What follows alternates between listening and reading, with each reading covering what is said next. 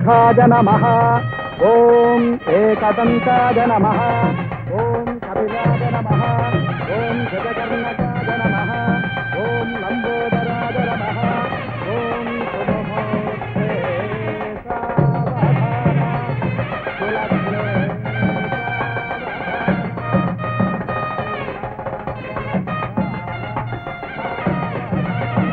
నమస్కారం. నమస్కారం. ఇదిగోండి మీటర్. ఇదేంటి? మీరు ఇచ్చిన 10,000. ఈ 10,000 వల్లే ఆ అమ్మాయి జీవితం నాశనం అయింది. మీ 10,000 మీరు తీసుకున్న ఆ అమ్మాయి జీవితం నిలబెట్టింది. 10,000 ఏంటి? నేను ఇవ్వడం ఏంటి? నా వల్ల అమ్మాయి జీవితం నాశనం కావడం ఏంటి? అదేంటి సార్ అలా మాట్లాడతారు? ఆ అమ్మాయి మీ అబ్బాయిని ప్రేమించింది. ఆ అమ్మాయితో నాకు ఏ విధమైన సంబంధం లేదు. మీకు తెలుసు. కేవలం మీరు 10,000 ఇవ్వడం వల్ల నేను అబద్ధం సాక్ష్యం చెప్పాను. ఇప్పుడు ఆ అమ్మాయి జీవితం నాశనం చేశాను. ఆ అమ్మాయిని మీ అబ్బాయికి పెళ్లి చేసుకున్నాను. నీతో సంబంధం ఉన్న అమ్మాయిని మా అబ్బాయికి ఎలా పెళ్లి చేస్తావయ్యా? లాయర్ గారు అలా చెప్పంటే కదా నేను చెప్పాను. లాయర్ గారు చెప్పడం ఏంటి? ఇక్కడే ఉన్నారు, వెళ్ళి మాట్లాడు. లాయర్ గారు,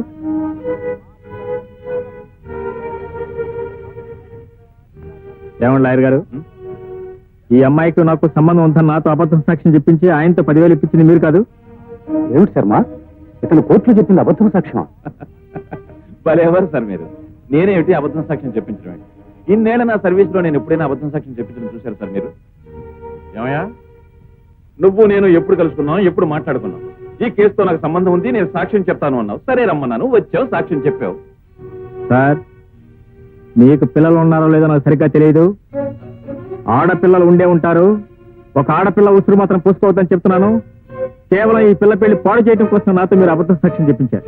ఏమండి ధనంజయరావు గారు, ఏమిటి న్యూసెన్స్ అంతా? న్యూసెన్స్ కాదండి, మహా న్యూసెన్స్. ఆనాడు తన పెళ్లి ఎక్కడ ఆగిపోతుందోనని నేను చంపడానికి ప్రయత్నించానని నా మీద పోలీస్ కేసు పెట్టింది. కోర్టులో సాక్ష్యం ఇచ్చాడని ₹1,00,000 ఇతని బుట్టలో వేసుకొని ఉంటుంది. ఇప్పుడు ఈ పెళ్లి ఆపేసి నా ఆస్తితో కొట్టాలని చూస్తుంది. ఇదంతా బ్లాక్ మెయిలింగ్ అండి. ఇన్స్పెక్టర్ గారు చూడండి. పిచ్చి పిచ్చి వేషాలు వేస్తున్నావా? మర్యాదగా ఇక్కడి నుంచి బయటికి వెళ్ళండి, లేకపోతే అరెస్ట్ చేస్తాను. సార్, నిజమే చెప్తున్నాను. కేవలం నా ఒక్క అబద్ధం సాక్ష్యం వల్ల అమ్మాయి జీవితం నాశనం చేయకండి. అంటే నువ్వు చెప్పిన అబద్ధము సాక్ష్యాన్ని దృష్టిలో పెట్టుకుని నేను తీర్పు చెప్పానంటావా? అంటే మేమంతా అసమర్థులం అంటావా? అబద్ధము సాక్ష్యం ఏదో నిజమేదో మాకు తెలియదంటావా? చూడు, అనవసరంగా నువ్వేదో చేయడానికి వచ్చి మరేదో చేయడానికి ప్రయత్నించు. వెళ్ళు, అమ్మాయిని తీసుకుని వెళ్ళు. ఇదిగో జడ్జి గారు కూడా కోపం వచ్చింది. వెళ్ళు, వెళ్ళవయ్యా. చూడు తమ్ముడు, నా మాట నమ్ము. నాకు కల్పనకు ఎలాంటి సంబంధం లేదు. కేవలం నీకు కల్పనకు ఉన్న సంబంధాన్ని చేకొట్టడం కోసమే మీ నాన్న డబ్బారు చూపించి నాతో అబద్ధం సాక్ష్యం చెప్పించాడు. ప్లీజ్ నా మాట నమ్ము. నాకు ఆ అమ్మాయికి ఏం సంబంధం లేదు. ఆ అమ్మాయి జీవితం నాశనం చేయదు. ఆ అమ్మాయి జీవితం నాశనం చేయొద్దంటావు, మరి ఈ అమ్మాయి జీవితం నాశనం చేయమంటావా? అంత పవిత్రురాలైతే నువ్వే కట్టుకో.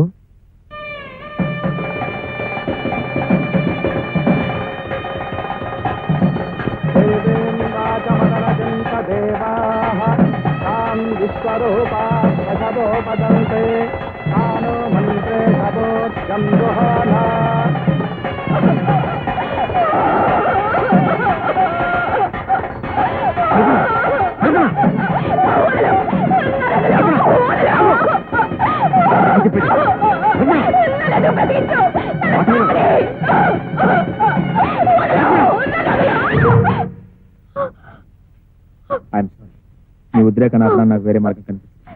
అసలు నువ్వెవరు? నన్నెందుకు ఆపావు? నీకు నాకు సంబంధం ఏమిటి? నువ్వు చావడానికి బ్రతకడానికి మధ్య ఉన్న సంబంధం. లేదు, నేను చావాలి, జరిగింది చాలు. అదే నేను నిర్ణయం అయితే నేను కాదని నాకు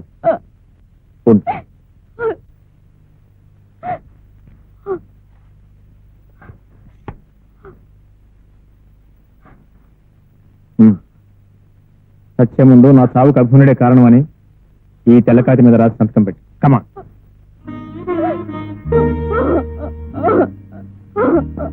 నేరం చేసింది నేను, శిక్ష అనుభవించాల్సింది. నా శిక్ష నువ్వు వేసుకుంటే నేను చేసిన పాపాన్ని శిక్ష అనుభవించాలిగా.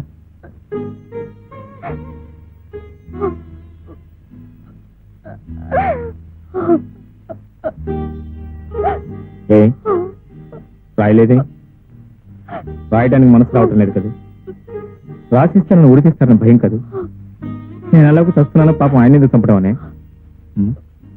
నన్ను చంపాలన్నంత కోపం దానివి బాధపడటం దీనికి ఎందుకు ఆగా? నువ్వు మనిషివి కాబట్టి, నీకు మనసుంది కాబట్టి, ఆ మనసు మెత్తబడింది కాబట్టి.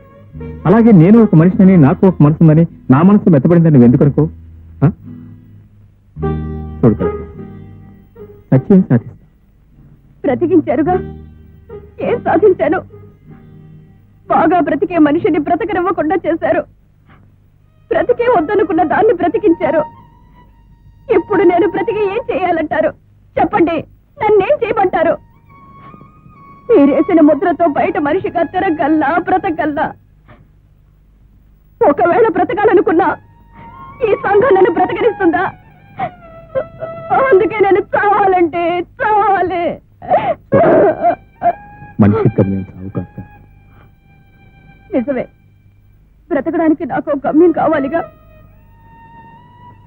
నీ మనసు మార్చుకోగలిగితే ఆ గమ్యం నేనే అవుతుంది.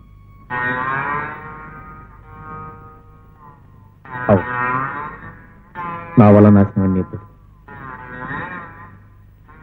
నా వల్ల చక్కగా అవకాశం లేదు. బాగుంది, చాలా బాగుంది. నేను ఇంతవరకు ద్రోహం చేసిన వాళ్ళని చూశాను, నమ్మించి నమ్మక ద్రోహం చేసిన వాళ్ళని చూశాను, తడిగొడ్డుతో గొంతు కోసే వాళ్ళని చూశాను.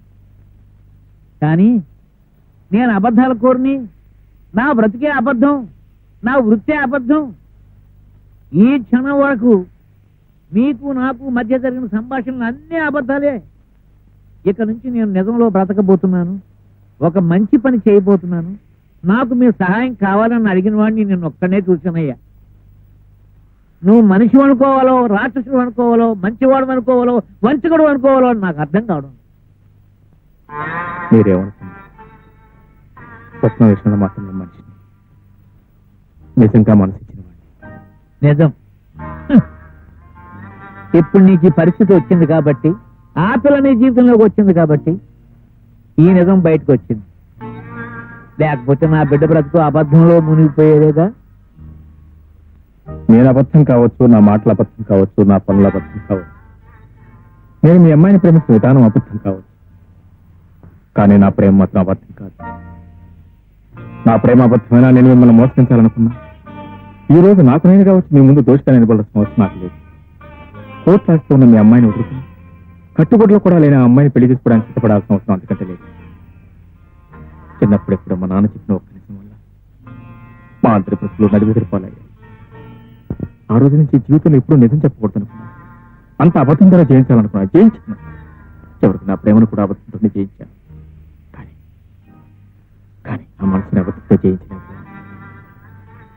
నా అబద్ధం వల్ల ఇప్పుడు ఆ అమ్మాయి జీవితం నాశనం అయిపోయింది. ఎలాగైనా మళ్ళీ ఆ అమ్మాయి జీవితం బాగు చేయాల్సిన అవసరం నా మీదే ఉంది. మరి నీ అబద్ధం వల్లే నా కూతురు జీవితం కూడా నాశనం అయింది. దాన్ని ఎవరు సర్దిస్తారు? చూడండి, తుఫాన్లోనైనా ఎదురు వెళ్ళగల ధైర్యం స్వప్నం, కానీ చిన్న గాలి దుమారానికి కూడా ఆ పిల్ల తట్టుకోలేదు. నిజమే, కానీ ఇప్పుడు నేనేం చెయ్యాలి? చేయాల్సింది మీరే. స్వప్నకు నా మీద అసహ్యం కలిగించాలి. అసహ్యం కలగడానికి ప్రత్యేకించి నేను ఏమీ చేయనక్కర్లేదయ్యా. నీ జీవితం ఇదే నీకు తెలిస్తే చాలు, అదే అసహించుకుంటుంది. నిజం. నేను మారానని, మరో అమ్మాయి జీవితాన్ని నిలబెట్టని ప్రయత్నిస్తున్నానని తెలిస్తే మళ్ళీ మీ అమ్మాయి నన్ను ప్రేమిస్తుంది. అందుకే ఈ విషయం ఆమెకు తెలియకూడదు. అవి మళ్ళీ నన్ను ప్రేమించు. అబద్ధాన్ని దాయగలవు, కానీ నిజాన్ని దాయగలవా? స్వప్నం నన్ను కాదని మరొకరిని పెళ్లి చేసుకునే తాగాలి. ఇంత జరిగాక స్వప్నకి పెళ్లి చేస్తుంది. పెళ్లి చేసుకున్నాను, నేను చేస్తాను. దానికి మీరు సహకరించాలి. స్వప్న హృదయంలో నీకు తప్ప మరొకరి స్థానం లేదయ్యా. అందుకే ఆ స్థానాన్ని స్వప్న హృదయంలో శాశ్వతంగా తుడిచేయాలి. అది జరిగే పని కాదయ్యా. జరుగు. స్వప్న అబల కాదు. తను ప్రేమించిన వాడు నీతి మాలిన వాడని తెలిసినా, అబద్ధాల కోరని తెలిసినా, పచ్చి జోదగాడని తెలిసినా, వ్యభిచారని తెలిసినా వాడి కోసం పిచ్చిపోయి తలపగలు కొట్టుకునే మనిషి కాదు. పైగా అటువంటి మగాడికి బుద్ధి చెప్పాలనుకునే మనిషి. వాడి కళ్ళ ముందు ఇంకొకరిని పెళ్లి చేసుకుని సుఖంగా జీవిస్తూ తన వ్యక్తిత్వాన్ని నిరూపించుకోవాలనుకున్న ఆడది. స్వప్న విషయం నాకు బాగా తెలుసు. మీరు నాతో సహకరించండి ప్లీజ్. స్వప్నం నీ కూతురు.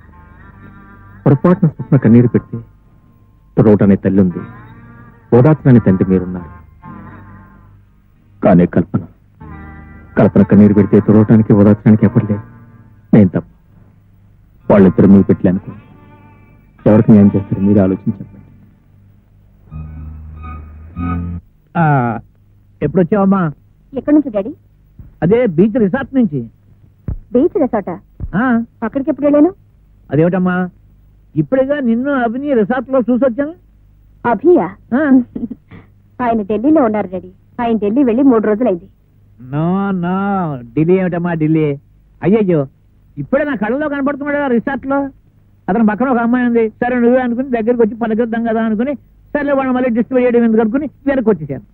నేనా? ఆ, నేను ఎక్కడికి వెళ్ళలేదు డాడీ. నువ్వు వెళ్ళలేదా? మరి అభి పక్కన కూర్చున్న అమ్మాయి ఎవరు? రా అభి రా, ఎక్కడికి? స్వర్గానికి. I'm sorry. సారీయా? అవును, నువ్వు ఒకందుకు నాతో చిందులు వేశావు, నేను ఒకందుకు నీతో తాళం వేశాను. అంటే ఇంతసేపు నాతో ఆడింది పాడింది నాటకం. నాటకమా? నువ్వు కావాలి కావాలని కోరుకున్నందుకు నువ్వు నన్ను కోరుకుంటున్నావు అనుకున్నాను. కానీ నన్ను కాదని వెళ్ళిపోతే నేనెటువంటి దాన్నో నీకు తెలియదు. నేను కోరుకున్న సుఖం దక్కకపోతే నేనెవ్వరిని సుఖంగా ఉండనివ్వను. Mind it.